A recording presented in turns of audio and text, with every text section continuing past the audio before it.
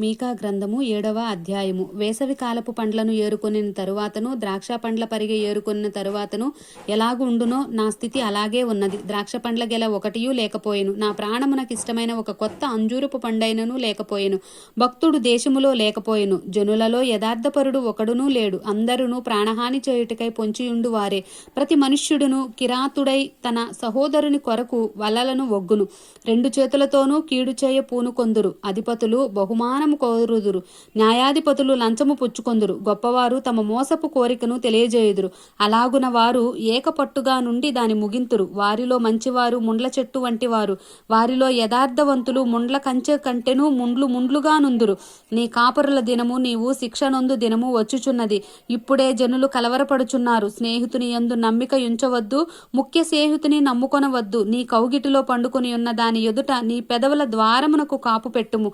కుమారుడు తండ్రిని నిర్లక్ష్య పెట్టుచున్నాడు. కుమార్తె తల్లి మీదకని, కోడలు అత్త మీదకని లేచెదరు. ఎవరి ఇంటివారు వారికే విరోధులగుదురు. అయినను యెహోవా కొరకు నేను ఎదురు చూచెదను. రక్షణకర్తయ్యగు నా దేవుని కొరకు నేను కనిపెట్టుకొని ఉందును.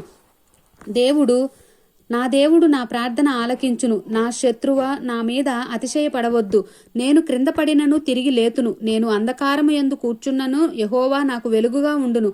నేను యెహోవా దృష్టికి పాపము చేసితిని గనుక ఆయన నా పక్షమున వ్యాజ్యమాడి నా పక్షమున న్యాయము తీర్చు వరకు నేను ఆయన కోపాగ్నిని సహింతును. ఆయన నన్ను వెలుగులోనికి రప్పించును. ఆయన నీతిని నేను చూచెదను.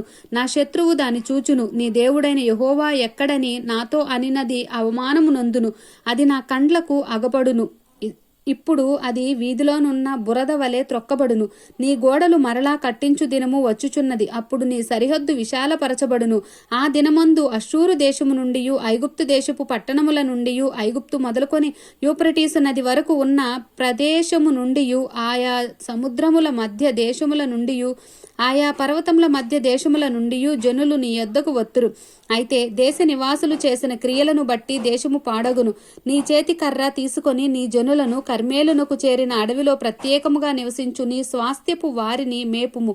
బాషానులోను గిలాదులోను వారు పూర్వకాలమున మేసినట్లు చేయుదురు. ఐగుప్తు దేశములో నుండి నీవు వచ్చినప్పుడు జరిగినట్టుగా నేను జనులకు అద్భుతములను కనపరుతును. అన్యజనులు అది చూచి తమకు కలిగిన బలమంతా కొంచెమని సిగ్గుపడి నోరు మూసుకొందురు. వారి చెవులు చెవుడెక్కిపోవును. సర్పములాగున వారు మన్ను నాకుదురు. భూమి మీద ప్రాకు పురుగువలే తమ ఇరువులలో నుండి వణుకుచూ ప్రాకి వత్తురు. మన దేవుడైన యెహోవా యొద్దకు భయపడుచూ వత్తురు. నిన్ను బట్టి భయము నొందుదురు. తన స్వాస్థ్యములో శేషించిన వారి దోషమును పరిహరించి వారు చేసిన అతిక్రమముల విషయమై వారిని క్షమించు దేవుడు అయిన నీతో సముఖుడైన దేవుడున్నాడా? ఆయన కనికరము చూపుటయందు సంతోషించువాడు గనుక నిరంతరము కోపముంచడు. ఆయన మరలా మన యందు జాలిపడును. మన దోషములను అణిచివేయును. వారి పాపములన్నిటినీ సముద్రపు అగాధములలో నీవు పడవేతువు. పూర్వకాలమున నీవు మా పితరులైన అబ్రహాము యాకోబులకు ప్రమాణము చేసిన సత్యమును కనికరమును నీవు అనుగ్రహింతువు. ఆమేన్.